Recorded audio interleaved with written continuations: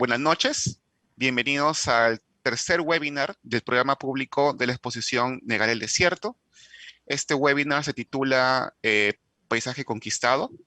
Esta serie de webinars es realizada gracias al apoyo de la Fundación BBVA.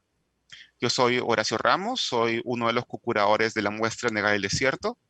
El día de hoy vamos a tener la participación de tres ponentes. En primer lugar, Benuka Ebanam Vivanco, quien es artista visual y heredera de las tradiciones y expresiones artísticas de la comunidad de Sarwa, miembro además de la Asociación de Artistas Populares de Sarwa.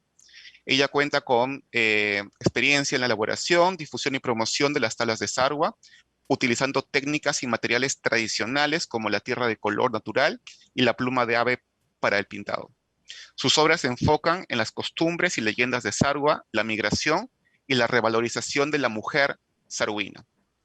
En segundo lugar, Luis Antonio Torres Villar es el artista visual.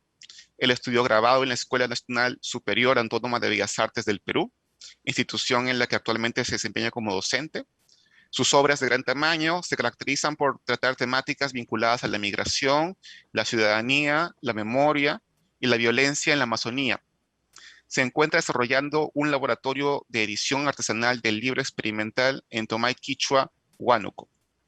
Benuka y Luis Antonio son artistas que participan en la muestra Negar el Desierto del Museo de Arte Contemporáneo de Lima. En tercer lugar, tendremos a los comentarios de Helen Geiger.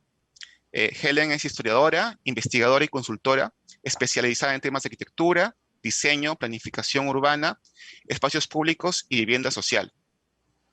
Helen es autora de Improvised Cities, Architecture, Urbanization and Innovation in Peru, Ciudades Improvisadas, Arquitectura, Urbanización e Innovación en Perú, publicado en el 2019, y es coeditora de Latin American Modern Architectures, Ambiguous Territories en el 2013. Tiene además amplia experiencia en los campos de la publicación y el marketing. Entonces, el título del panel de hoy, Paisaje Conquistado, en realidad se inspira en una obra de uno de los artistas que tenemos aquí hoy. Paisaje Conquistado se inspira en realidad en la obra de Luis Antonio Torres de la serie Reconquista ARPA. En esta obra, Luis representa los cerros de la periferia de Lima, donde migrantes de diferentes partes del país han establecido sus hogares. Si durante la primera mitad del siglo XX la migración y la ocupación de la periferia fueron representados como problemas en el arte o la prensa, aquí Torres reivindica los procesos sociales de migración con afecto y con cercanía. En el primer plano vemos un autorretrato del artista rodeado de amigos, familiares y vecinos. Y las partes central y superior del grabado representan la exuberante vida social y cultural que toma lugar en los cerros, que es también en donde mucha gente ha construido sus hogares y donde ha hecho su vida. Al representar la parte de mototaxi, transportando una arpa andina en la cual brotan flores, que aparte es la única sección que está pintada, que es a color. El artista afirma esta belleza dentro de este contexto urbano, y al hacerlo también establece una imagen del territorio limeño que rompe con cualquier narrativa o percepción despectiva que había antes sobre la vida en las afueras de Lima, de la Lima vieja. Entonces, ese fue el punto de partida, de inspiración. Este exuberante contexto social y cultural fue el punto de inspiración y espero que sea el marco general para la conversación de hoy día.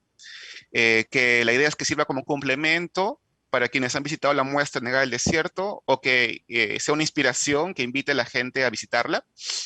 Y entonces paso ahora a palabras de los panelistas. Primero pensaba empezar con Benuka, luego Luis Antonio y luego Helen. Y luego de eso podemos todos conversar de forma más espontánea sobre las ideas que hemos recibido el día de hoy. Entonces voy a pasar la palabra ahora a Benuka Ebanam. Buenas tardes con todos. A ver si me ayudas, Horacio, con las PPT, por favor. Por supuesto que sí. Bien, un gusto, ¿no?, que estén presenciando este webinar. Pues mi nombre es Benuca Asunción Ebanandi Banco, soy pintora de las tablas de Sarwa. Puedes pasar al siguiente, ahora sí. Un poquito para explicarles la procedencia de mi trabajo.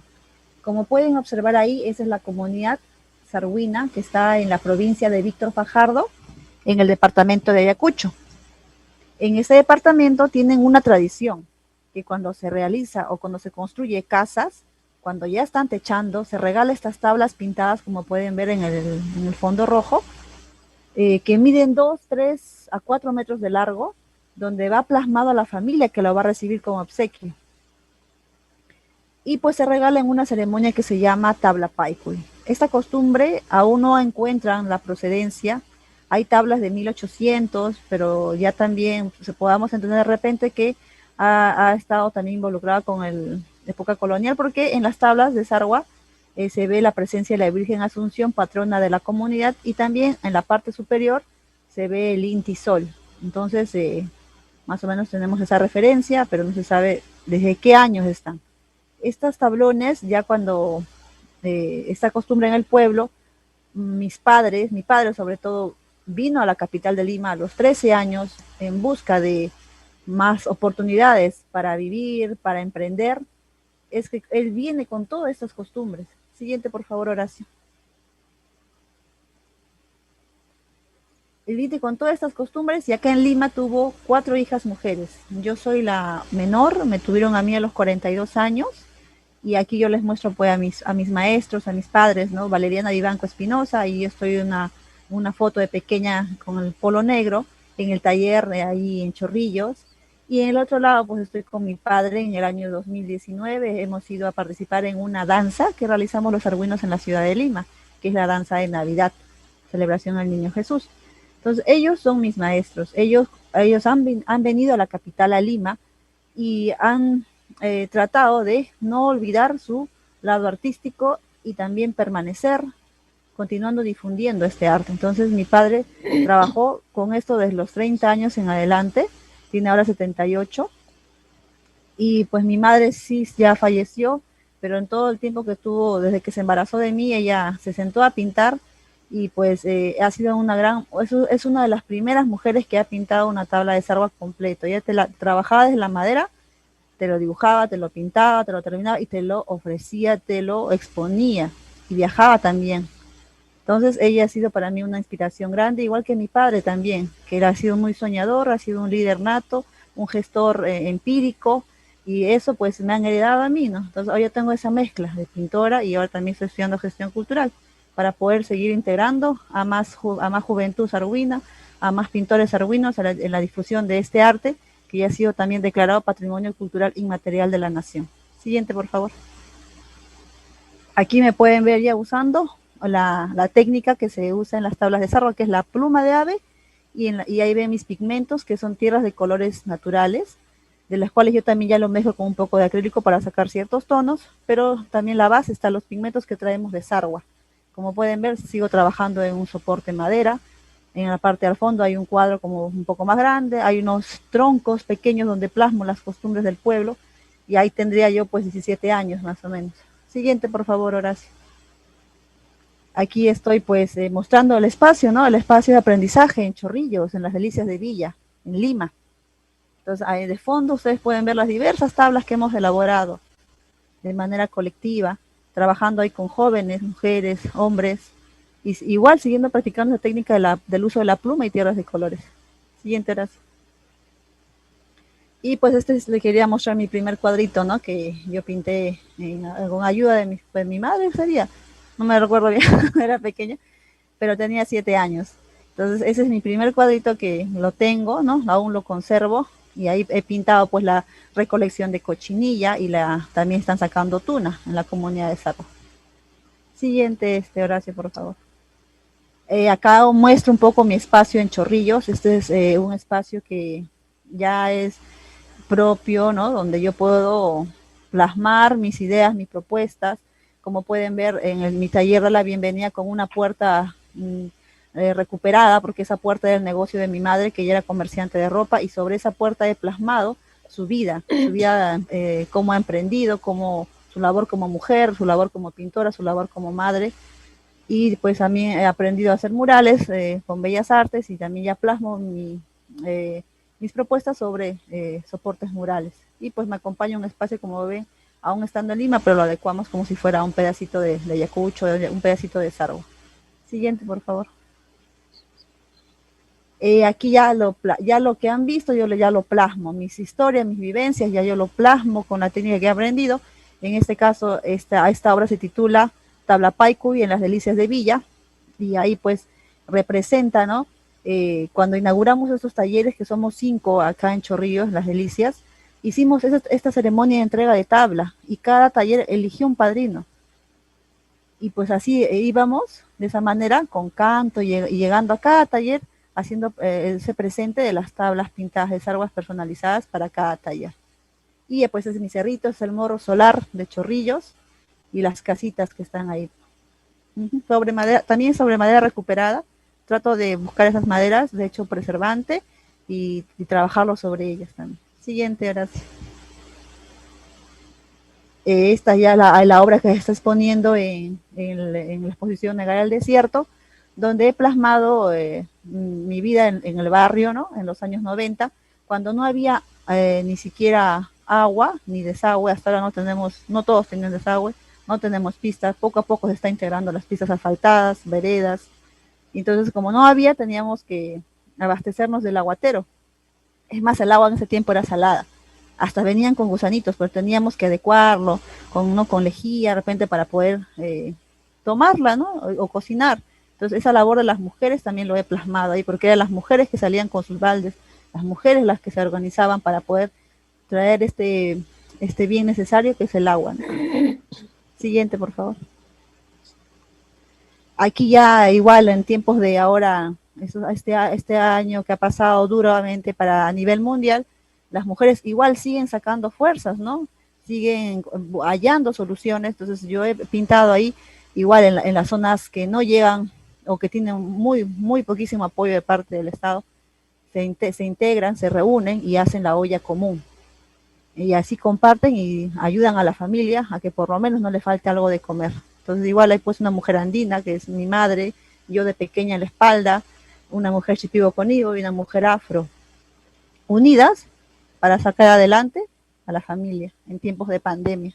Siguiente, Horacio, por favor. Este ya un poquito les quería comentar el espacio, ¿no? A mí me ayudó UNESCO a tener este tallercito, y pues lo financió la Embajada de Australia, ahí es la embajadora, y con sus amistades, que el taller también cada tiempo recibe a más personas para que puedan conocer cómo nosotros pintamos. No soy la única, como les menciono, somos 5 talleres, y pues que tratamos de resistir, y que estamos heredando, así como yo, también hay otros hijos de la primera generación, no somos yo, soy parte de la segunda generación, y continuamos pintando y que continuamos resistiendo, y que estamos involucradas en que este arte no se pierda y que sigamos expresándonos, y ahora desde una perspectiva también femenina, ¿no? Siguiente, Horacio. ¿Se acabó? Ah, no. Ahí está. Ya, bueno, esa es la parte final, ¿no?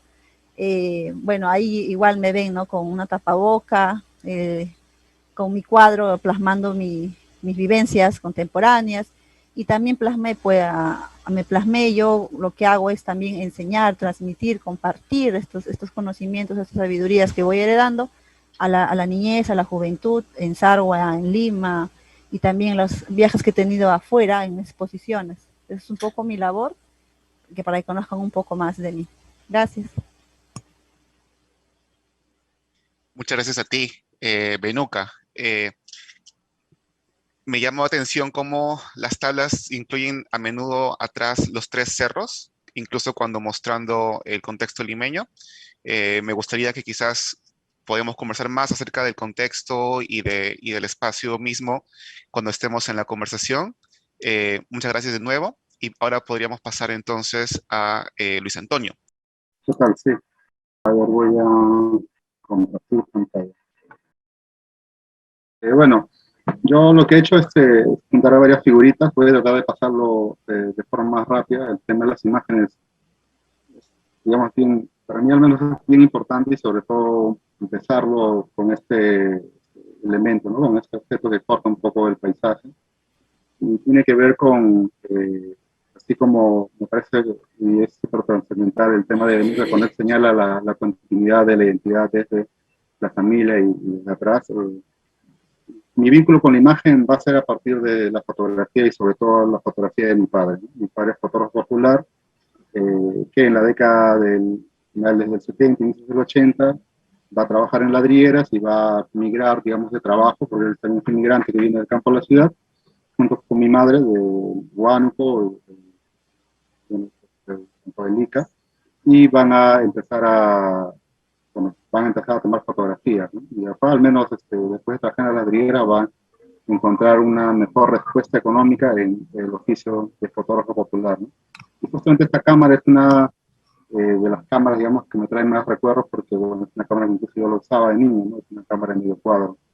Eh, le, digamos, es un poco reciclado de una presentación anterior que se llamaba Otro Horizonte, y usaba mucho esta idea de horizontes, ¿no? Que proviene un poco de lo arqueológico, y le puse como subtítulo Formas de observar la periferia ahora expandida, ¿no?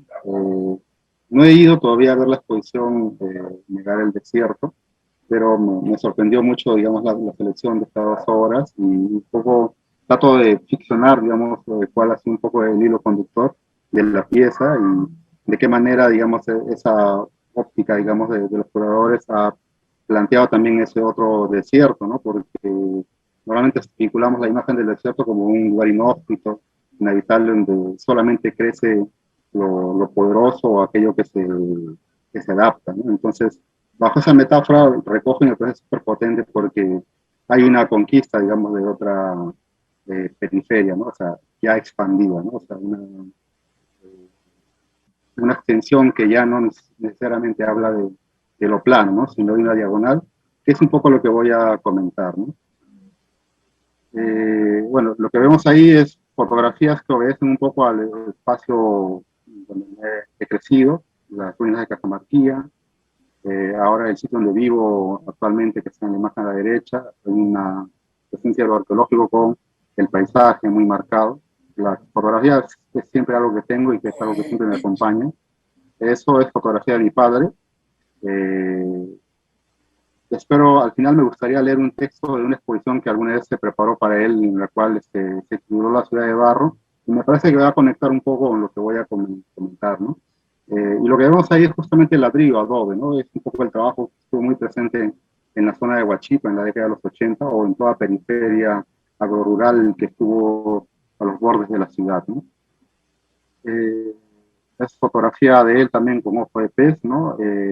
Mucho del trabajo, digamos, que tengo en grabado es muy deudor, digamos, del mirar, ¿no? En un momento la formación, digamos, académica o de escuela nos genera, digamos, ciertas estructuras o conceptos de lo que terminamos como belleza, pero siempre es importante retornar, ¿no? Y para mí el retorno hacia el ojo, digamos, de él y la forma como mira de frontal, ¿no? Directa, me ayudó mucho a seguir construyendo parte de la imagen de desarrollo, ¿no? Aquí, bueno, lo titulé como primer estadio, Adobe, ladrillo, muralla, una suerte de metáfora de cómo se va, digamos, trasladando de 3 términos, representaciones de el adobe, ¿no? Lo que tenemos en el lado derecho es un gran horno, esa suerte de construcciones megalíticas, ¿no? Gigantes de 9 metros, que se hacían hace muchos años y que luego se han modernizado, ya son más pequeñas, pero que servía para quemar el quincón, ¿no? Que es el ladrillo grueso que se usa en las primeras bases de las viviendas, y al costado hay una representación de una ciudad, ¿no? Un plano, una forma de buscar una formalidad, digamos, para este espacio, este asentamiento humano llamado Alto del Molino. Arcadia, algo que siempre me pongo a pensar un poco en este texto de Salazar Bondi que habla de la Arcadia colonial. Pienso que en la periferia, y también lo hemos visto mucho en las piezas de Nunca, que hay una nueva Arcadia que se está creando, ¿no? Lo simbólico es una forma de negociación y eso aflora en la producción o en las viviendas, ¿no? Entonces, esta imagen me permitió eso, ¿no? Obedece mucho al criterio fotográfico de mi papá, porque hubo un momento en que no sabía qué hacer, y ver la fotografía me ayudó a entender que ahí había una respuesta hacia lo que quería, y era en la forma de que aquel que está representado ahí te mire de frente, ¿no? Y sepas que está dialogando contigo. Pero además hay un conjunto de elementos de contexto, ¿no? La cerrajería, las personas. Es una imagen bastante recargada, desmembrada, bastante contexto. Entonces, yo me gustaría que se queden con una idea del horizontal, ¿no? El paisaje horizontal ahí está marcado, la moto está andando en plano, ¿no? Pero sucede algo bien interesante, y eso tiene que ver mucho con la pieza que ahora está en la exposición, ¿no? Cuando empieza a aparecer este nuevo concepto que se llama subida, ¿no? Alguna vez trabajé cobrando en combi, ¿no? Sube, sube, sube, lleva, vamos por la subida, bajada, este concepto de cuando arranca la combi desde el cono, está bajando, baja hacia el centro de Lima y subes, ¿no? Cuando retornas. Y aquí hay un elemento nuevo, ¿no? Que acompaña esta subida, que tiene que ver con la roca. Acá que subimos, pues yo vivo en zonas elevadas. La roca es el elemento, digamos, que empieza a aflorar en este nuevo desierto, en este otro paisaje, en esta otra línea, ¿no? En esta silueta, que es un poco la pieza que acompaña el momento de época de producción con las dos imágenes que están en la exposición, dice una frase, ¿no? En la silueta del cerro: la piedra sin agua ni luz ya no es piedra, dice, ¿no?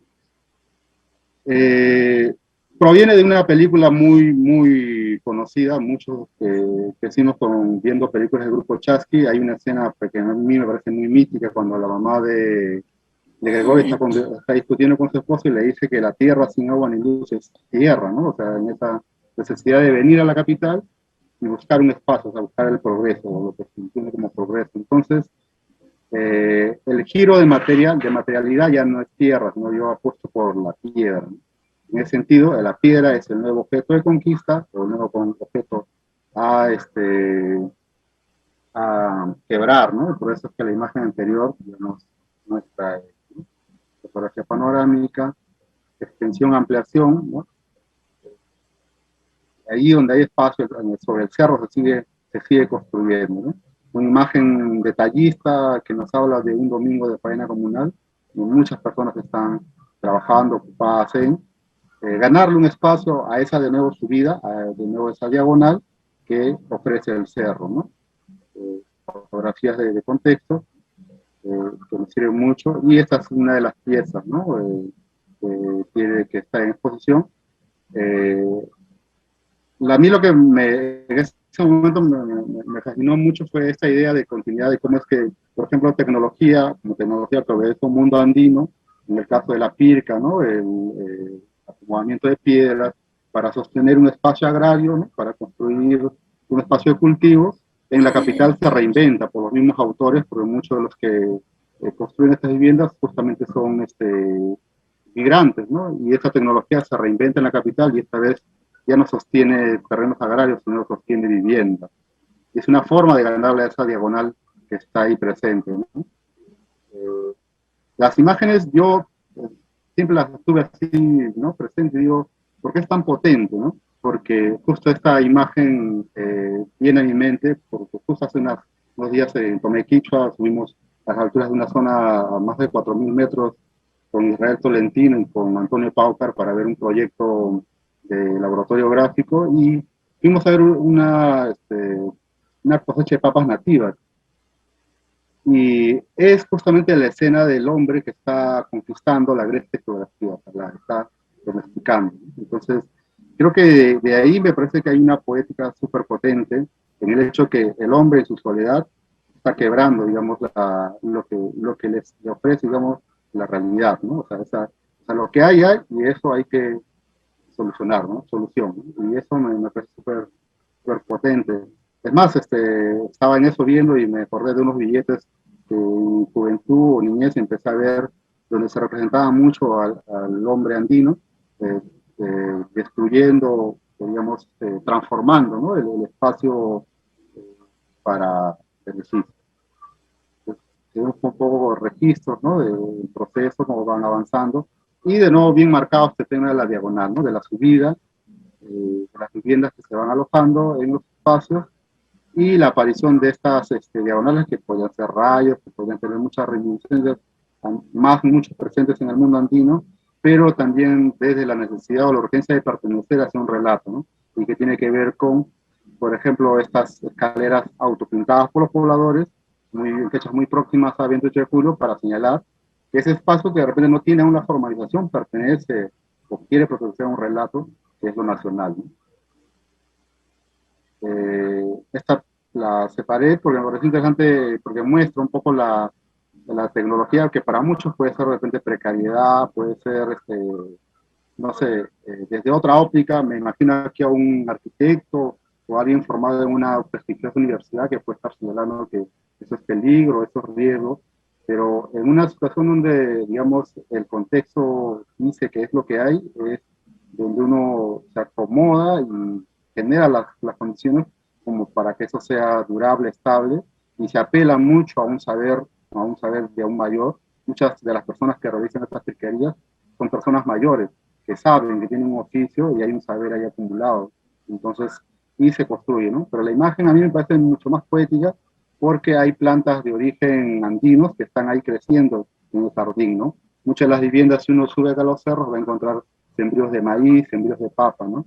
Y eso nos habla también de una continuidad, digamos, cultural, ¿no? Incluso personas que han sembrado en su juventud en la sierra y que ahora aquí siguen trasladando, digamos, todo ese conocimiento.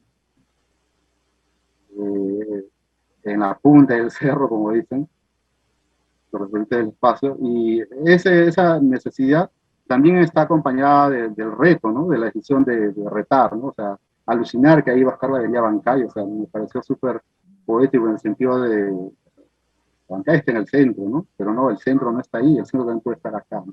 Un poco lo que me dice la imagen. Son imágenes que acompañaron la producción de estas dos piezas.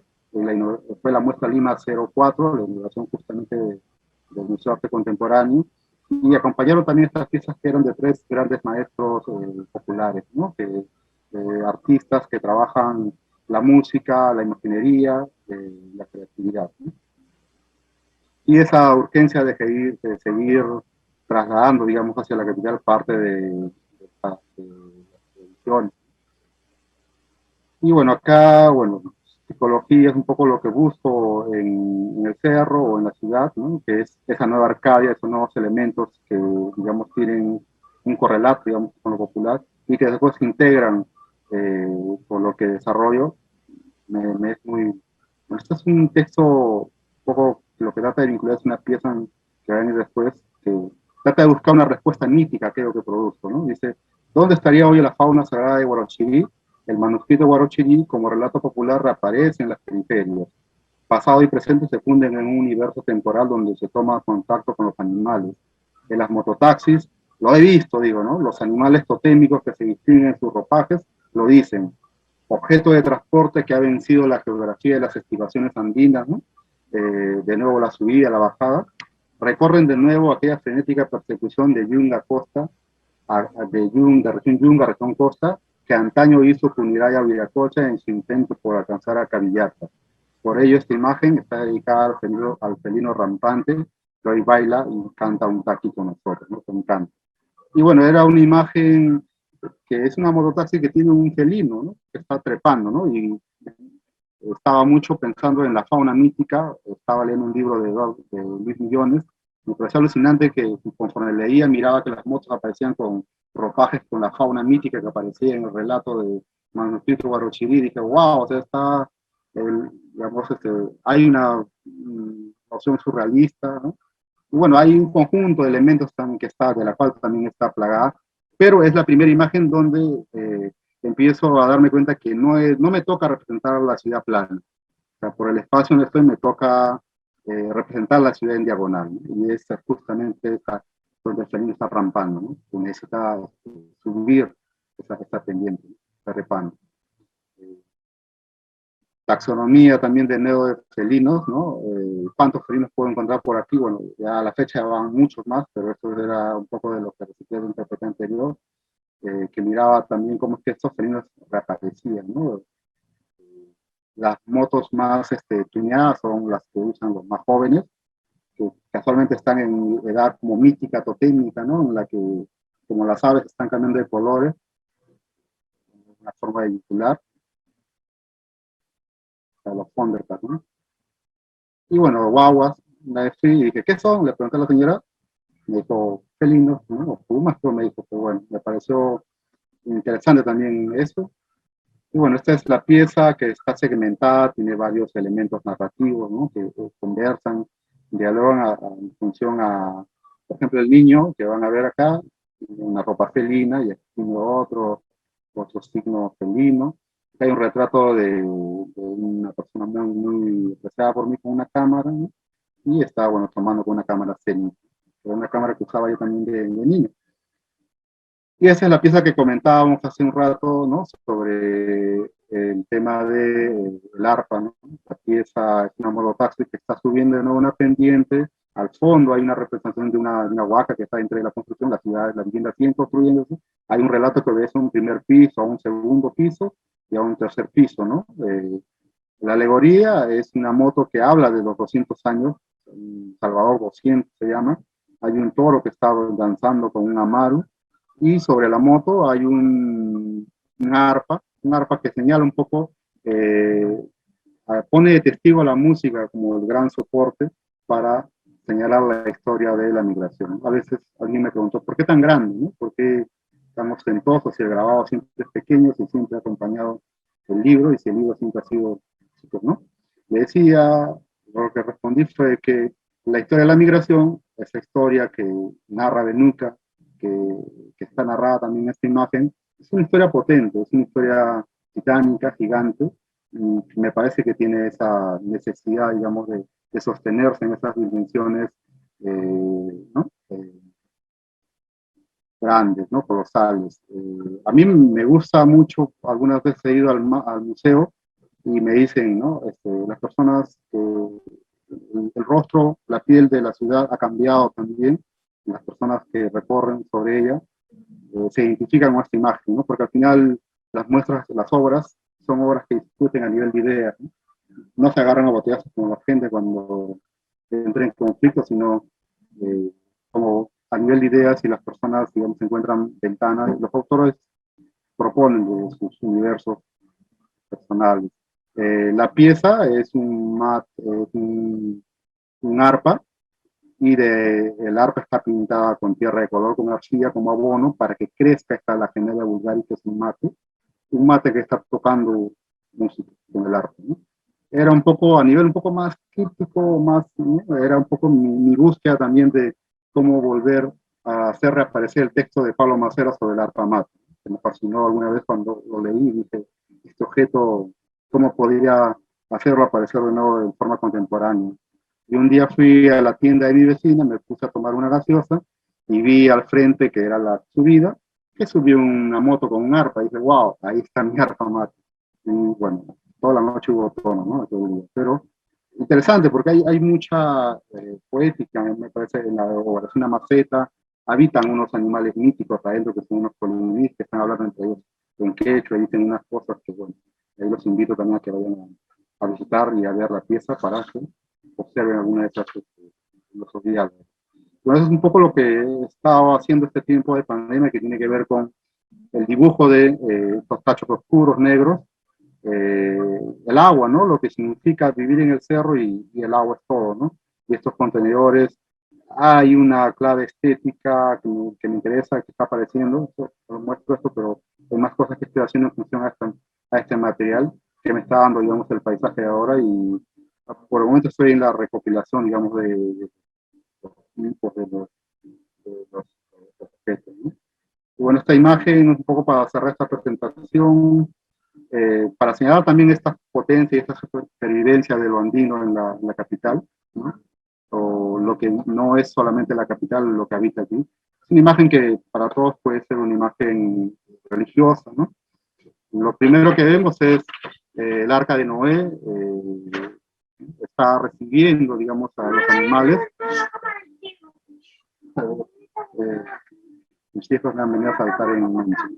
Y lo que vemos es al arca de Noé, y lo que me pareció alucinante fue esto, ¿no? El primer animal en ser rescatado justamente es un cuy, ¿no? Entonces, fotografía también de una invasión, una toma de tierras de hace años, que también participé en algún momento. Y bueno, cierro un poco esto de nuevo con la cámara en Japón, porque he aprendido a mirar desde su ojo, ¿no? Desde estas máquinas. Y en alguna otra forma me parece que sigo continuando con la tradición iniciada por él, familiar, que es la de seguir haciendo imágenes sobre papel. Entonces esa sería un poco la presentación. Bueno, muchas gracias, Luis Antonio. Creo que tanto como con la Menuca también hay mucho para hablar. Solamente quería llamar la atención a este concepto que has traído de la diagonal. Si bien hay artistas que han mirado las afueras de Lima como una línea horizontal, vacía, me llama la atención que tú has puesto al frente la diagonal, que además enlazas a la montaña, que también tú mismo dices que en la visión andina se vincula también a los cerros, a las montañas andinas. Es un vínculo muy interesante que incluso me hace pensar también en cómo Menuca también presenta los cerros en algunas de sus pinturas y en la importancia de los cerros para artistas de Sarwa como Carmelón Berrocal, por ejemplo, que hacen mapas y imágenes de cerros. Gracias a ambos y ahora oiremos a Helen. Gracias. Thank you very much for the invitation, Horacio. It's really interesting to see Menuca and Luis Antonio's work, and I'm really interested to see the kind of points of connection between the three of us. As Horacio mentioned, I published a book a couple of years ago called Improvised Cities, which looks at aided self-help housing in Peru. And part of what that book does is look at the projects that architects and planners have proposed.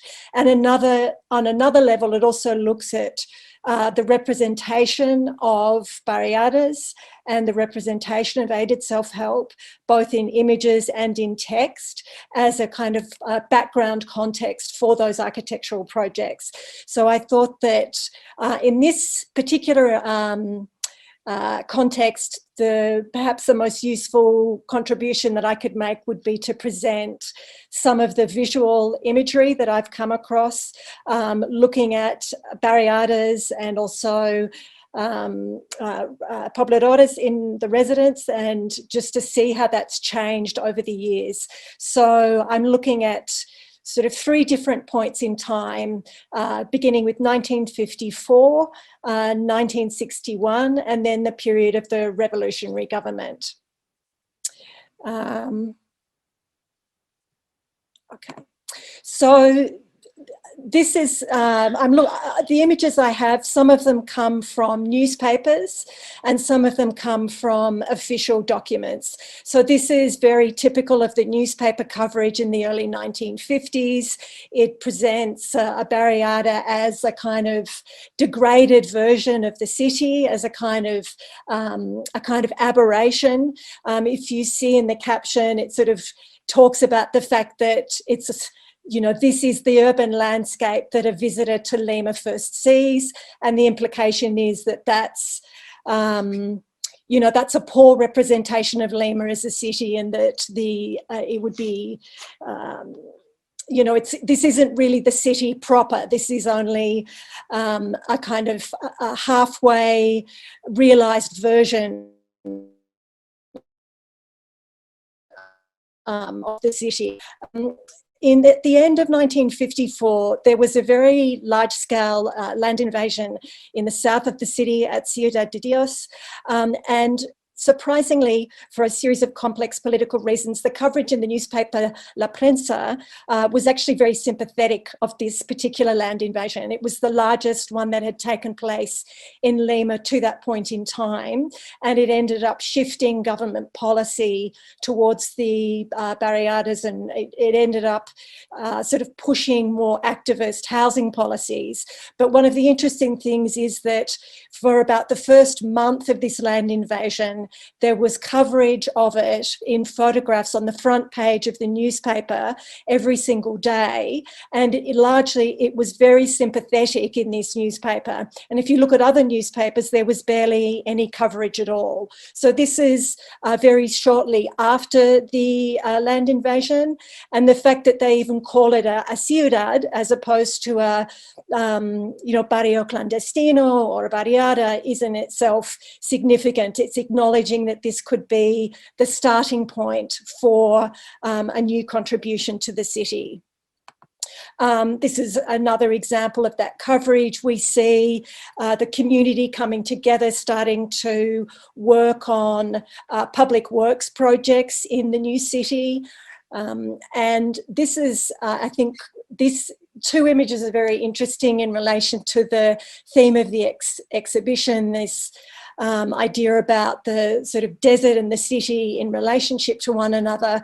The image at the top, the sort of reference to this kind of criollo desierto viviente. This is a reference to the making the desert bloom, which was a slogan that was associated with the foundation of the state of Israel. So it's the idea that the desert can become fertile, it can become a promised land if people come together and work together to make the city.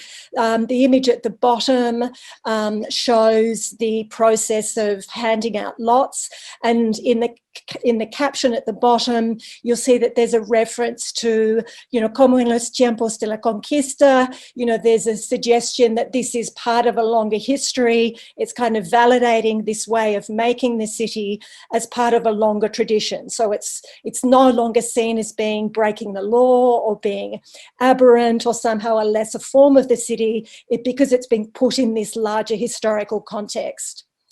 One other sort of interesting image from the newspaper around this time is this cartoon, which I think, is interesting in that it sets up a very strong contrast between the city as being kind of overcrowded and compressed within this belt and bursting at the seams, and this new city that's starting to take place in the desert, which is sort of signified with these animal bones and the cactuses in the sort of foreground. But there's the idea that this might be the starting point for a new kind of settlement that's giving residents a new kind of opportunity for establishing their future when the city is literally bursting at its seams and has no space to accommodate them.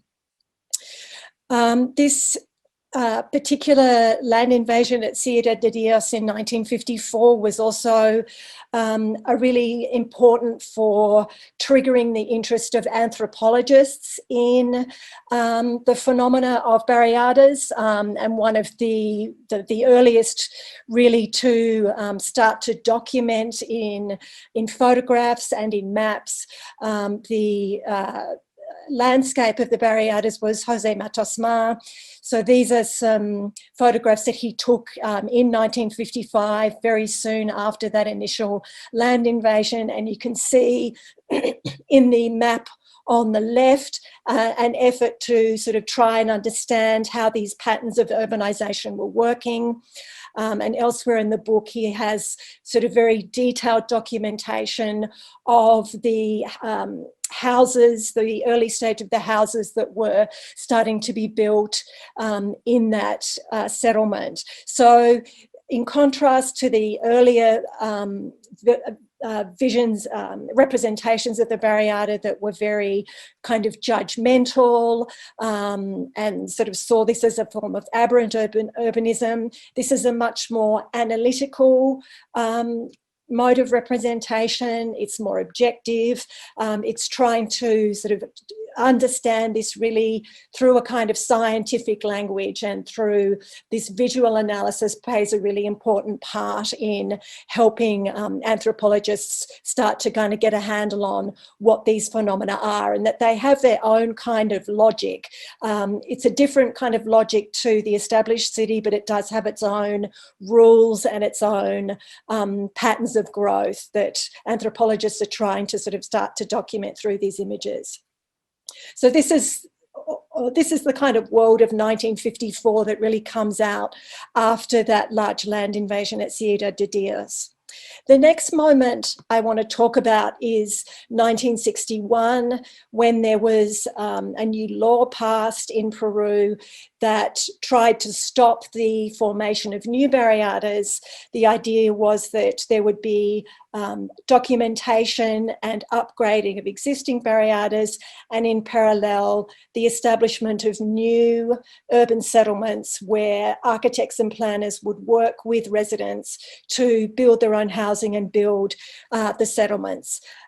So this again has a strong sort of visual component, because this is the first time that the government is going out to do a really detailed on-the-ground census of barriadas.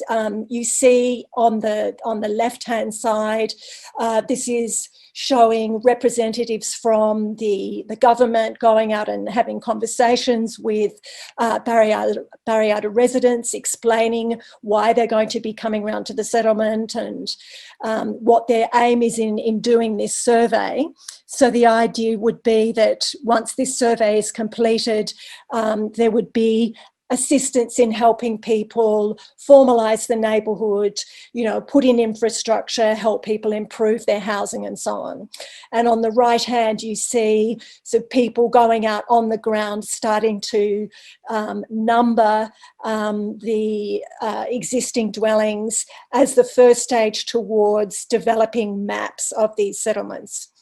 And in this image, you can see the contrast between, on the left, the kind of mapping that was done in the 1950s. You can see that the various barriadas are shown with these sort of little red dots, almost like it's kind of a rash or a kind of skin disease. These are sort of taken from aerial photographs. There's no sort of on the ground analysis of the urban form. And then on the right, you see the kind of maps that the government started to put together in the 1960s. So these maps, the idea was that this would be used as the basis for implementing upgrading schemes at a later date, and it would be used as a way of, so a planner could look at this and say, okay, we could improve the urban layout by putting in a wider street or putting in a park in a certain location, for example. But these can also start to be used as a way of establishing the fact that someone has tenancy to the land they're on, because they can prove the fact that they were already in place at this point. And then this is just an imagery of the kind of projects that the government was starting to implement. They provided very basic, these are called sites and services schemes. So it involves putting in a basic urban plan, putting in roadways, and laying the foundations for electricity and water service. So with this kind of image, I think, suggests the idea of the desert being made productive, the desert being sort of urbanised and settled in a very sort of ordered way. So this is a government project from the early 1960s. The idea would be that residents would build their own houses, but within a framework, a planning framework that's already been established. This is images from a project from around that same time that was on the same theory, but it was a private development. It was the landowner themselves that were trying to promote this development, which didn't end up attracting a lot of residents. I think it was too expensive to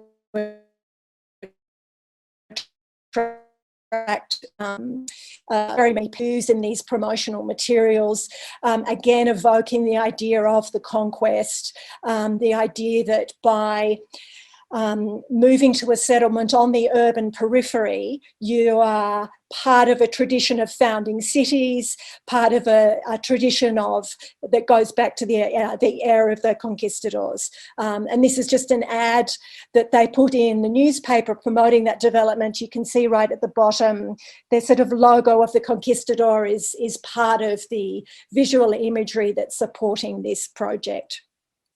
And on the other kind of imagery of barriadas that we see at this time in the newspaper is imagery of invasions being suppressed by the police or by the armed forces.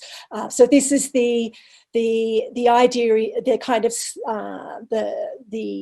disincentive for forming new settlements is that they would be policed very heavily by the government through the armed forces. So these kind of images suggest, you know, you need to stick to the law. You need to go to a planned settlement and fall in with the government's plans, because if you try to set out on your own, your settlement will be knocked down.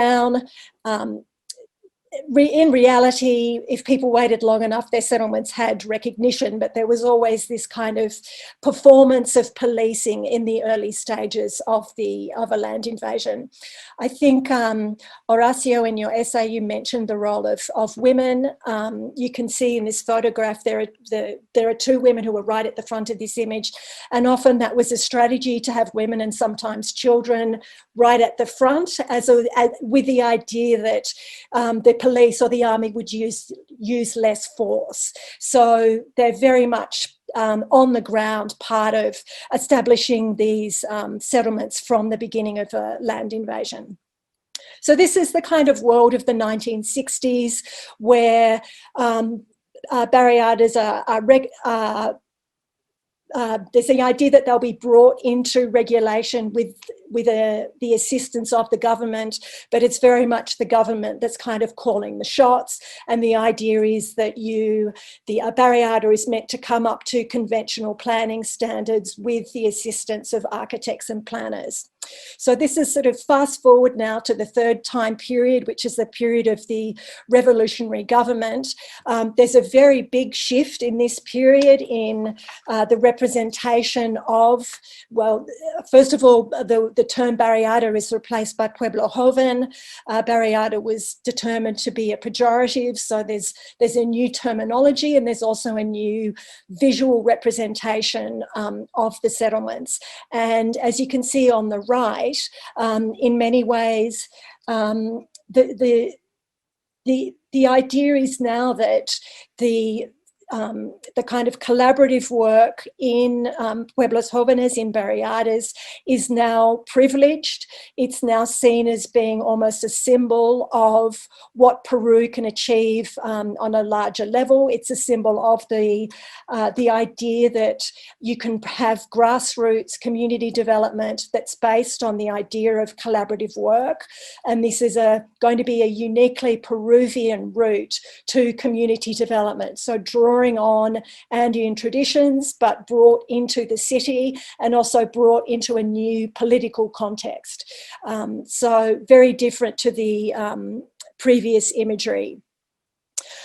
So as I said, it's not just that the image of the Pueblos Jóvenes, the barriadas, is now really valorized. It also comes to be almost a metaphor for the larger sort of revolutionary potential of cooperative work. So it's almost like the Pueblo Joven can be an alternative path to development based on this idea of social solidarity that is grounded in Peru. And the imagery, also, there's a lot of imagery of the government and particularly the armed forces collaborating with residents to build infrastructure. At the bottom is an image of a kind of facilitated meeting. So some of the the meetings and community organisation that would have happened on an organic and self-organised basis in the process of land invasions is now being brought into, the government's trying to essentially have an oversight over that, streamline it, and merge it into its own plans for the Pueblos Jóvenes. So on one level, there's more support, but on another level, there's more control. So it's a sort of ambivalent, ultimately, I think, relationship with the Pueblos Jóvenes. There's just this, in this whole period, there's a massive amount of sort of visual documentation, visual materials that are produced promoting the ideas of social mobilization, of participation, of collaboration. And there are new ways of trying to communicate with Barriada residents. This is an interesting document. It's a guide that's intended for residents of Pueblos Jóvenes to help them organise within the community, but it uses the techniques of graphic novels. It's sort of, there's a minimal use of text, I think, to make this more accessible to a community where there would be varying levels of literacy. And again, I think this shows there's a real genuine effort here to communicate in a different way and to have a different kind of social inclusion and acknowledgement that, you know, there are varying levels of varying ways in which how people are going to be able to access information. Another interesting document from this period, there's a massive amount of material produced, as I said, that's trying to encourage people to become actively involved in local committees, in contributing to public works projects and so on. And this is an interesting example, I think, that's trying to, it's a small magazine, it's trying to appeal to readers by personalising the connection to the revolutionary government. The image at the top, you see the Madre Pueblo Joven is being embraced by General Velasco. So there's a personal connection between the revolutionary government and this ordinary resident, an ordinary resident who's also exceptional because she's the Madre Pueblo Joven. We also see the Señorita Pueblo Joven. So again, this is an interesting exploration of the role of women in this period. And then finally, I just wanted to touch on the Villa El Salvador Foundation, which of course began with this Pamplona land invasion. I won't speak about this in detail. One of the images, again, I wanted to bring up is just this, I think is particularly interesting because it shows, again, the idea of collaboration between residents and the army, which is a huge kind of contrast to what we've seen 10 years earlier, where it's very much about the government policing what can and cannot be built. And then, of course, the revolutionary government is policing it in a different way, but it's trying to co-opt the imagery of cooperative work at the same time, and it's trying to position itself as a partner rather than just being the authority figure who is saying you can do this, you can't do this.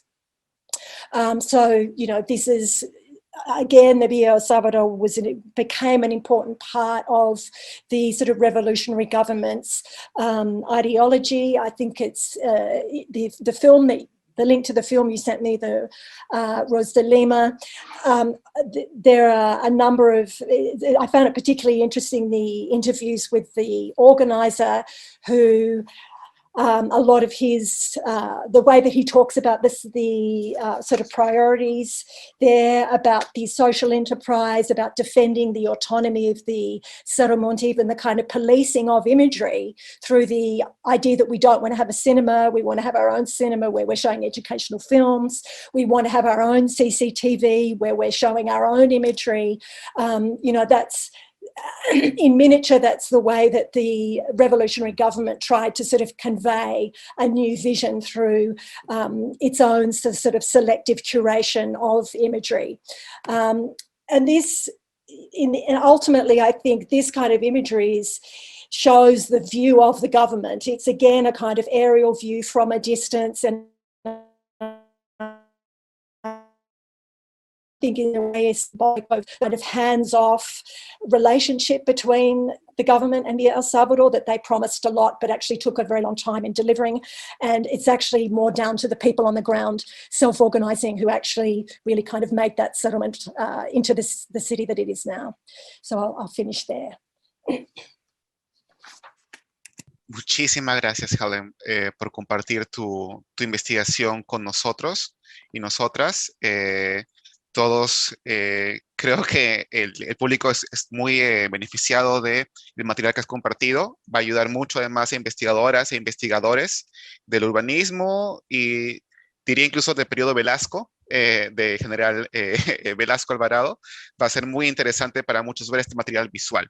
Y además, yo creo que nos trae a colación varios temas que estábamos conversando ya, pero que quizás podríamos ver bajo otros ojos ahora.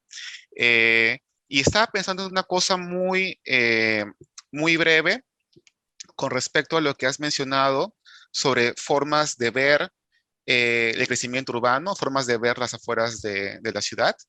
Entonces, eso es lo que quisiera quizás que traer a colación ahora para conversar acá todos, formas de ver, porque finalmente somos artistas, y historiadores y ojalá también el público que va a venir a ver las obras. Entonces, un tema que traté de mencionar al inicio y que, mejor dicho, que pude ver que conecta un poco lo que ustedes han mostrado, es formas de ver, formas de representar, formas de visualizar, formas de concebir, ¿cierto? Las afueras de Lima. Y pienso ahora en la imagen que mostraste casi al final, Helen, en donde se puede visibilizar Villa El Salvador, perdón si me equivoco, y es una vista desde arriba, ¿cierto? Es una vista desde arriba donde todo se ve plano, plano, plano, plano. Entonces, un espacio para controlar, para vigilar, de forma paternalista, para ayudar a crecer, pero es un espacio para controlar. Y me recuerda un poco a la idea que se mencionó en el webinar anterior, que invito a todos y ustedes también a verlo si no lo han visto ya, sobre extracción y cómo se ve el desierto como un espacio vacío donde se puede extraer como si no hubiese vida social, cultural ahí. Y hay una imagen que quería mostrar solamente porque se me ocurrió, como que quizás podría combinar un poco las ideas, que es la forma de ver el territorio.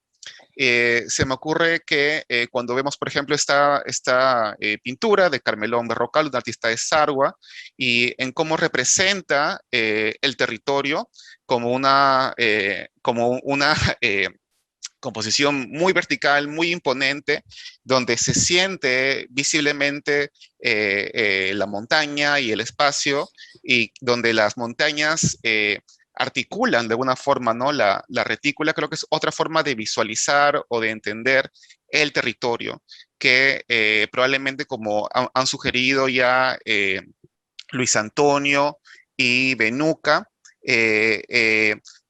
comunidades migrantes traen otras formas de entender el territorio que son distintas a las formas en que, por ejemplo, como comentaba Helen, autoridades o gobiernos de diferente tipo han registrado el territorio o han percibido el territorio como un espacio vacío o para controlar. Mientras que cuando vemos una obra como la de Carmelón, vemos otro tipo de diálogo con el territorio, que en el caso de Carmelón Berrocal, por lo que yo entiendo, y Benuca me puede corregir aquí, hay un entendimiento también de que las montañas son apus, tienen una agencia y una presencia distinta. Entonces, quizás eso es lo que quisiera preguntarles, solamente para empezar un poco la conversación. ¿Qué formas de ver el territorio consideran ustedes, de ver el paisaje conquistado, consideran que sus obras muestran o traen a colación? Y quizás podríamos empezar con Benuca, y luego Luis, y luego quizás un comentario de Helen, y a partir de ahí podemos empezar a comentar más. Y lo que también quisiera saber, además, y los invito a hacer, es preguntas entre ustedes, porque ustedes son gente muy inteligente y en verdad eso es lo que preferiría que ocurra también.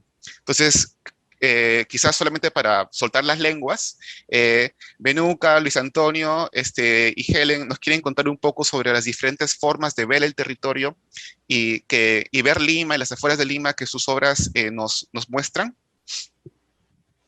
Ya, de repente yo comienzo, ¿no? Por favor.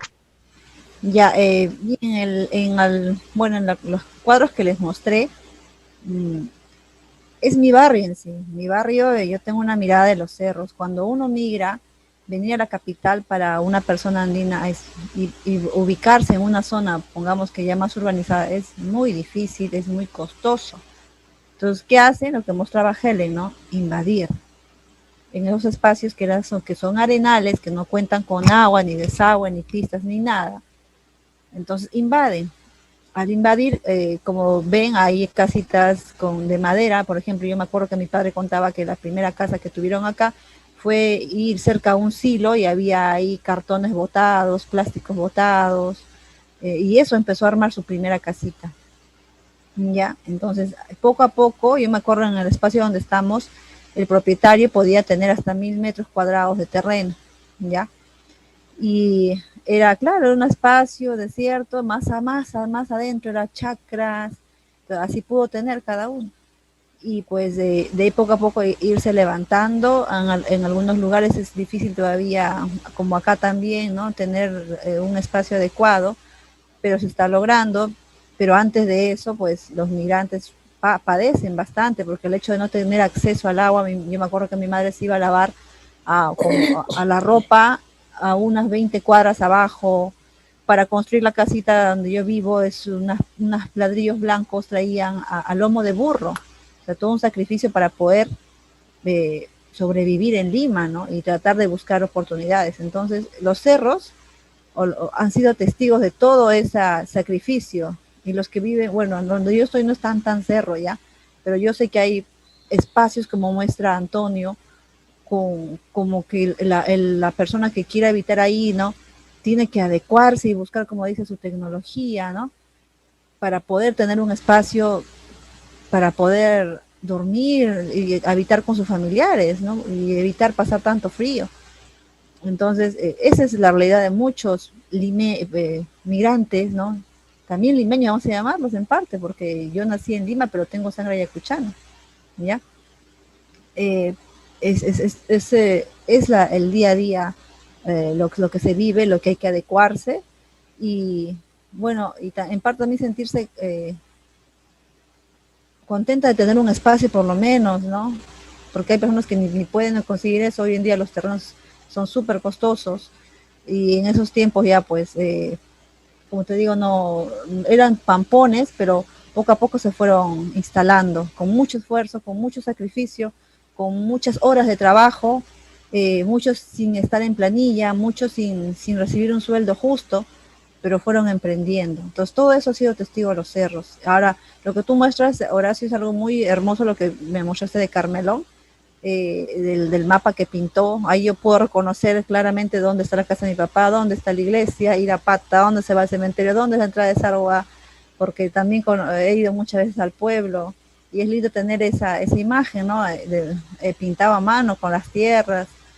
Y pues que aunque mi primo no esté con vida, queda su trabajo aún perenne acá, en diferentes partes del mundo, vamos a decir, porque tú estás en Estados Unidos, ¿no? Y lo estás mostrando desde allá, ahora con estos espacios del Zoom, ¿no?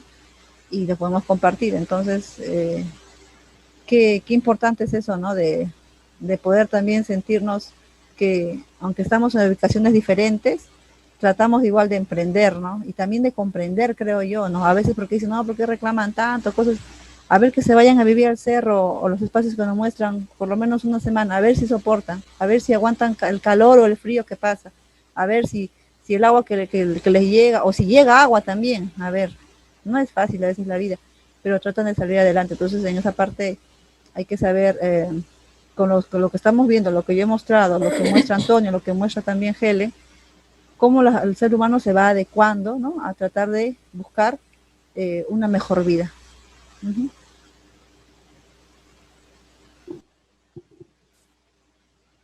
Luis.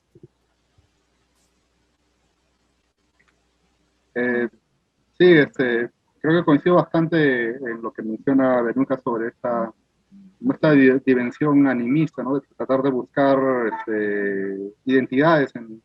O sea, yo viví toda mi infancia en Cajamarquía, en Vía Leticia. No sé si alguno de ustedes ha visto de repente la película Paraíso. Ese espacio, ese paisaje es el que, digamos, me ha tocado como juventud, ¿no? Su niñez. Es más, los protagonistas son de un barrio que vive al frente. La ruina arqueológica es la que separaba, digamos, nuestro espacio geográfico y también nuestras rivalidades, así como de pandillas, ¿no? Entonces, en la punta de ese cerro, ahí está una figura una representación de un inca, o sea, de perfil, ¿no? Y al costado hay una escena donde hay digamos, uno de los jóvenes grita, digamos, unas palabras, ahí, se llama la corona del Inca. Entonces, hay como eso es muy, muy andino, digamos, de darle identidad, digamos, al cerro, de entender que hay, ¿no? Y incluso hacían pagos, ¿no? Hay todo un tema que tiene que ver con cultura ancestral, que está vigente, que en la capital se reinventa, cambian incluso de materialidades, o sea, de repente ya no se regala frutas, pero sí se regala al cerro este, eh, dulces, ¿no? O otros elementos, ¿no? Más industriales, pero lo que se le quiere dar es un gusto, digamos, a quien se asume que está protegiendo a uno, ¿no? Eso mismo también se ve acá en San Juan de Urigancho, donde estoy, o en Picamarca, ¿no? Donde el hecho de empezar a plantar la barreta sobre el cerro no es un acto gratuito, ¿no? Sino demanda también en algunos casos, en muchas familias he visto todavía, una ceremonia, ¿no? Un ritual que implica todavía pedir un permiso antes de, ¿no? Quebrar, digamos, las formas, o sea, eso todavía está presente, ¿no? Y es parte, digamos, de una continuidad de saberes, ¿no? Todavía tomamos cuando hacemos no sé, un zafacasa o un llenado de columna, digamos, todavía le damos un poco de cerveza al suelo, ¿no? Pidiéndole al cerro que él sea el primero en beber, ¿no? Y después nosotros, ¿no? Ese tipo de construcciones, de identidades, todavía está muy presente, ¿no? Yo cuando miraba hace un rato y mostrabas un poco la imagen del paisaje que nos muestra del maestro Carmelón Berrocal, me acordaba un poco, de rato me vino este texto de Mirko Lauer sobre el paisaje peruano, ¿por qué no nos vimos? ¿No? Donde Lauer como que eh, llama un poco no hay un paisaje como Turner o como estos autores occidentales, ¿no? Y obvio que nunca nos íbamos, o sea, pienso que nunca íbamos a vernos en el paisaje que él pide, ¿no? Porque justamente lo que vemos en Berrocal es un paisaje andado, o sea, en la sierra uno camina, el cerro lo conoce, entonces uno cuando ve ese paisaje, es un paisaje retrato, ¿no? O sea, es como que ves mi cara, ves mis pómulos, tiene facciones. Hay un pie que ha andado por ese espacio, ¿no? Que ha recorrido y hay una memoria, digamos, por eso hay una forma particular de representar que escapa incluso de los cánones occidentales y que tiene que ver incluso con, no sé, la perspectiva y todas estas estructuras. Por ejemplo, que yo vengo un poco de la formación de Bellas Artes, que se instruye, ¿no? Pero ahí ves otra representación que es mucho más, me parece sincera y atraviesa y toca, digamos, la materialidad. Parece que hasta fuera arcilla que él mismo ha modelado los cerros, ¿no? Para después representar el damero, ¿no? Ahí en el medio. O sea, ese tipo como de poética o de materialidades, o sea, es muy, muy sincero, o sea, un poco me venía un poco a acotación esta suerte de reflexión porque, claro, no nos vimos en las lecturas en las que querían verse, ¿no? Porque esa lectura, pensándolo desde acá, implica observar otras sensibilidades, ¿no? Que están ahí. Y bueno, eso. ¿Verdad? Muchas gracias. Helen. Um, In terms of the ways of seeing, ways of viewing, I think one thing that's striking for me is that a lot of the anthropological representations and also representations by planners, housing agencies, completely erase the human. They just look at a physical landscape, the sort of physical traces, but they, most of the time, they completely leave out the humans that have actually fabricated that environment. And they're also using those images as a way of measuring what's there against a kind of ideal planning standard. So it's a kind of documentation that's used as a kind of evidence to show that this is insufficient and that this needs to be improved in one way or another. So it's a way of looking that is it's sort of analysing and looking for, it's taking this as kind of a base study to which, you know, architects and planners will improve, redesign, reshape somehow to get it to an ideal form. And I think it's very striking when the images that do include people, the images I showed at the beginning of Sierra de Dios, they don't show so much the very basic houses that people have built. They show people working together. They show people organising themselves. So it's a focus on those kind of human actions. Not from it's still a kind of viewpoint from outside, but at least it's foregrounding the fact that there's human agency. And again, I think that's very striking in the images from the 1970s, that again, the focus is on people working together and a representation of collaboration. It's not foregrounded what they're actually building. The point is that they're sort of working together. So I guess that's my main observation. Could I ask a question of Luis Antonio and of Venuka? Por favor, Okay. yo me voy a callar porque ustedes son brillantes y si quieren, puedo llevar con traducciones en adelante. Okay, so my question for Venuka is, I mean, you talked about how important it is that this is very grounded in place, so that the tradition of painting, you use local pigments that come from local materials. So I'm wondering if you could talk about what kind of traditions there are in representing the landscape in a rural context and how that shifts in Lima, in the capital. So if there are continuities or if there are changes in the importance of landscape in your specific tradition of painting. And my question for Luis Antonio is about the relationship between the photographs and the graphic images that you showed.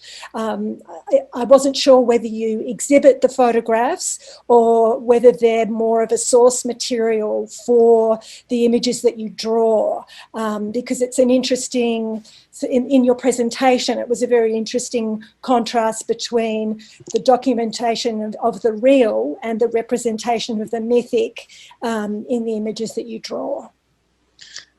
Si les parece bien, yo solamente voy a decir en otras palabras lo que ya dijo Helen muy bien. Empiezo con Venuka. Y Venuka solamente lo que pregunta Helen es... Tú has hablado sobre cómo tu pintura es muy centrada en un lugar específico, con tierra específica de un lugar específico. Lo que ella se pregunta, por lo que he recogido, es si puedes dar un poco más de detalles sobre qué importancia tiene el uso de tierras locales para el arte de Sarwa, tanto en Sarwa, así como para la gente que luego migra a Lima, por ejemplo, y en Lima también tiene una propia relación con el territorio local. ¿Qué continuidades hay entre un tipo de producción en relación con la tierra, tanto pigmento como lugar, de Sarwa a Lima? Por favor. Ya bien. Como esta técnica del uso de tierras y la pluma de ave ha sido declarado patrimonio, mira, yo por lo menos, no, a mí me gusta traer la tierra de Sarwa porque es como si trajera un pedazo, un poquito, ¿no?, de Sarwa, y que la persona que luego lleva esta pieza también está llevando un pedazo de la tierra de Sarwa.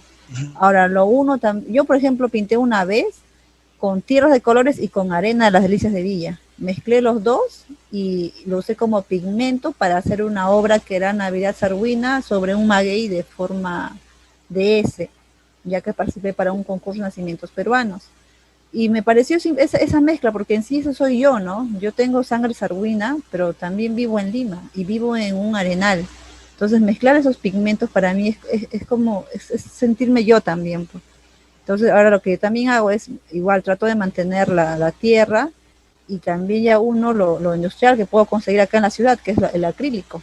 Ya, entonces hago esa mezcla de ambos pigmentos y voy plasmando las historias, ¿no? De que quiero mostrar ante las personas, o lo que considero yo que quiero dar a entender a los grupos.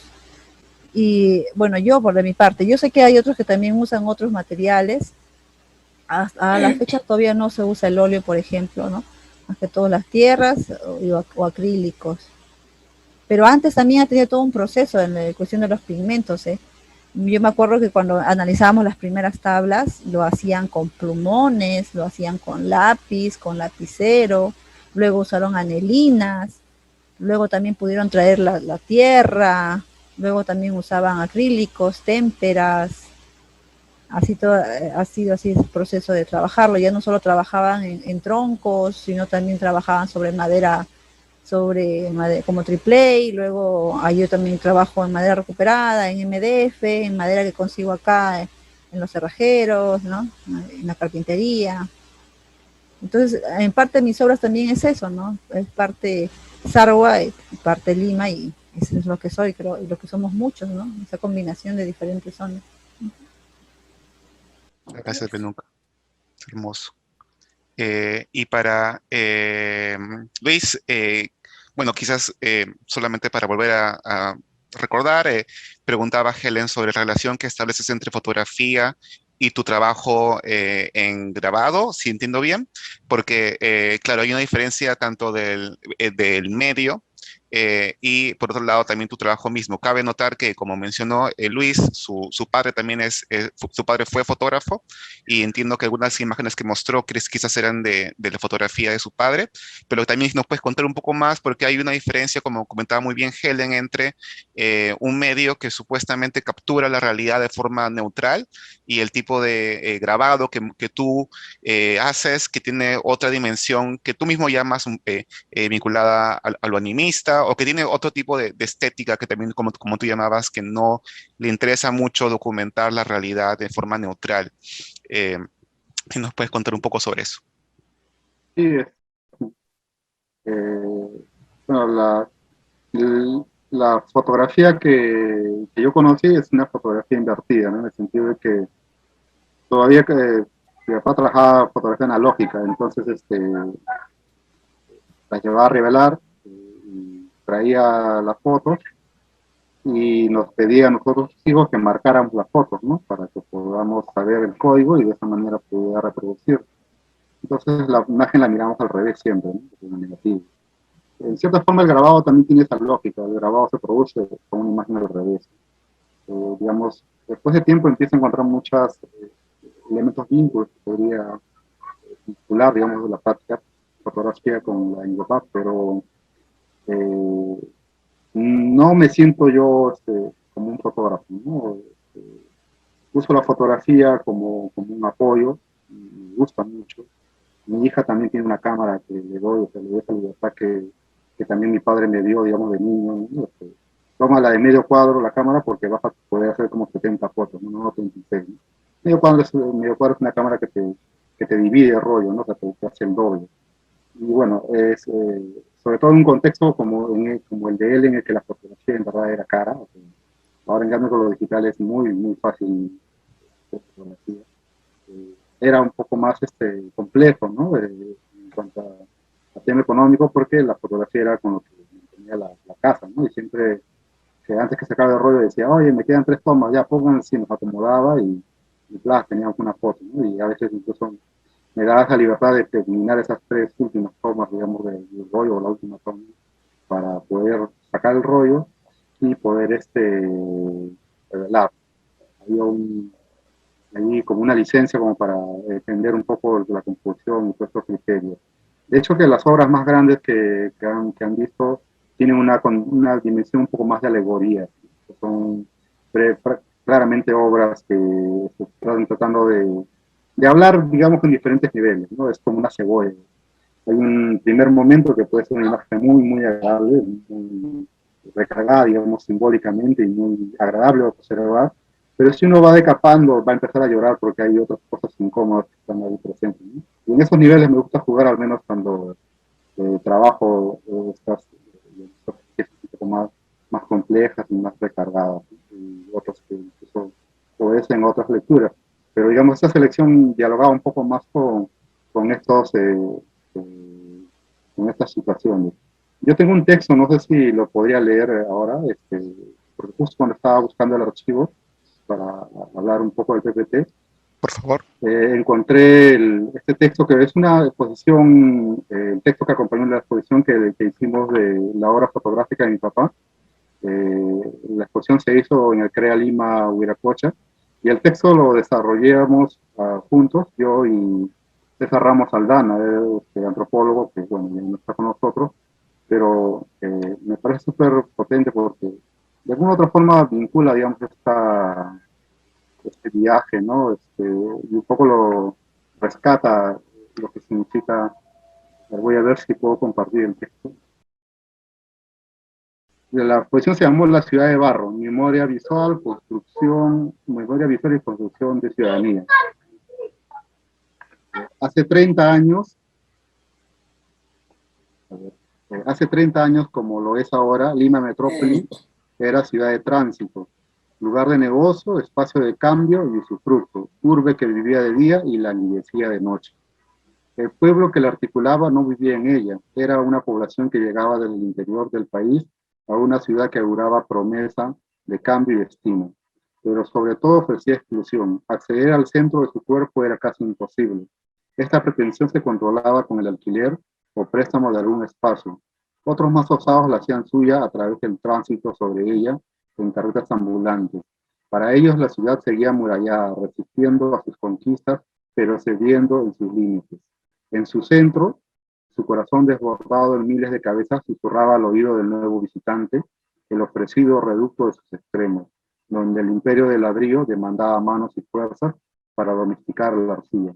En ese escenario, innumerables familias van a instalar sus sueños y en esos parajes, donde la cercanía de la tierra y la abundancia del cultivo permitirá diluir la pena del pueblo dejado, construyendo en libertad otros escenarios para un tiempo nuevo.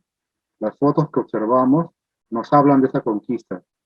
Familias que se alojan en los extremos de la ciudad, contorneando la tierra sacada a lampa, cebando hornos, quemando y transformándola para hacer un nuevo dibujo, contribuyendo al nuevo rostro sobre la vermis citadina. La tierra quemada de esos extremos viajó a la ciudad y en este constante viaje desdibujó sus murallas, las anuló, cambiando su fisonomía, subiendo al cerro o alcanzando los arenales. Esa odisea nunca fue muda ni ajena o melancólica. Fue un recorrido donde sus protagonistas decidieron musicalizarlo, bailarlo, recordarlo y sobre todo vivirlo. La fotografía de Nicolás Torres nos muestra a nosotros mismos en otro tiempo, en nuestras innumerables familias, nos acerca a nuestra pena, nos recuerda la alegría, nacimientos y muertes, pero sobre todo contribuye y acentúa con firmeza la veracidad de un camino trazado ayer por nuestra sangre y continúa construyendo nuestro mañana.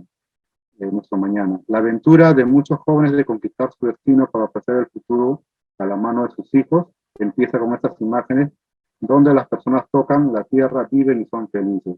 Con estos niños, ahora maestros, abogados, antropólogos, estudiantes, nos recuerdan el derecho y el compromiso de decidir un futuro para nuestros hijos. Recordar estas imágenes es revitalizar el compromiso de construir una sociedad más justa por ellos y por la tierra que fueron capaces de mover para labrar una ciudad que alguna vez volvió a barro. Ese es un poco el texto. Bueno, acá vemos de nuevo alguna fotografía, ¿no?, de mi papá.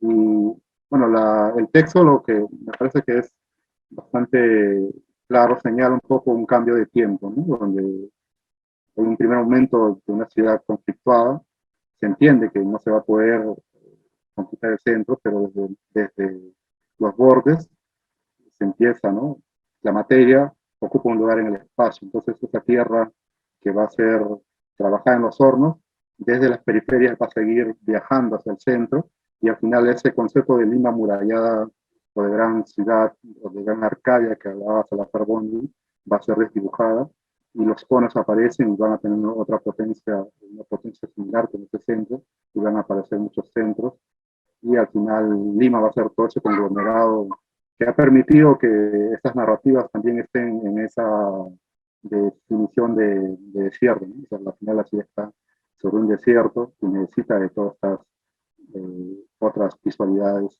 ¿no? Que ahora ya no van a ser otras, sino son las visualidades para configurar, digamos, esas voces. Entonces, bueno, ese es un texto que acompañó una exposición ya de hace varios años atrás con la fotografía de mi papá. El texto lo preparamos yo y César Ramos Aldana, y bueno, es un texto que siempre me emociona cuando lo he vuelto a encontrar ahora, y de una u otra forma reafirma el compromiso de seguir imaginando y seguir peleando desde las imágenes, ¿no?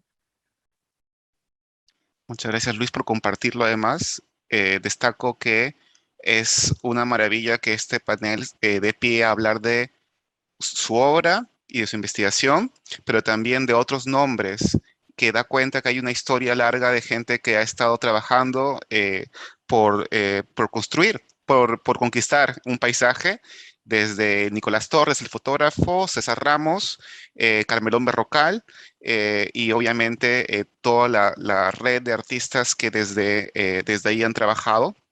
Y entonces eso me trae quizás a un punto que podríamos tocar, que he estado ahí presente, pero que quizás solo quiero ponerle nombre: participación y colectividad, que son ideas que permean, creo, un poco las historias que nos han contado hoy día.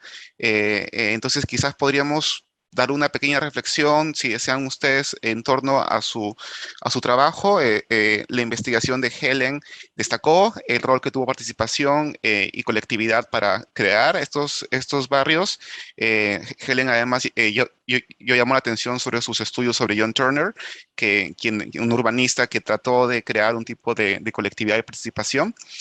Pienso además en Benuca y cómo Benuca aprende a hacer un arte colectivamente, además, y en talleres donde el paisaje era colectivo y la producción misma de obra era colectiva. Y pienso finalmente también en el trabajo de Luis y como participación, como tu texto acaba de nombrar, y colectividad, son el proceso que ha dado contexto a producción artística. Entonces, quizás como para terminar en una nota utópica o positiva, tendrá algunas ideas sobre cómo se conquista un paisaje de forma colectiva. No sé si quizás podemos ir en el orden que mencioné: Helen, Benuca, Luis. Quizás quisieran decir unas palabras. Yeah, I mean, the collective action is it's crucial to the whole enterprise of aided self-help. I think that one thing that's interesting, I mean, you mentioned there's a utopian dimension.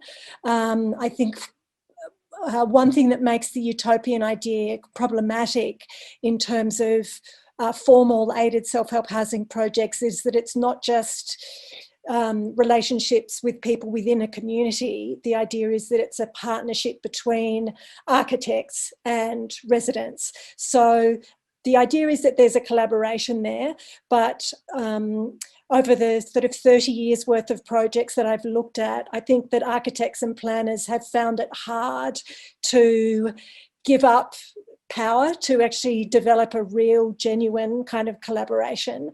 So it often ends up being a kind of power struggle. And I think in the beginning, in the 1950s and 60s, there was, for some people more than others, paternalistic assessments about whose knowledge is worth more, whose values are worth more in terms of how you design a house or how you design a neighbourhood, how you go about building a project.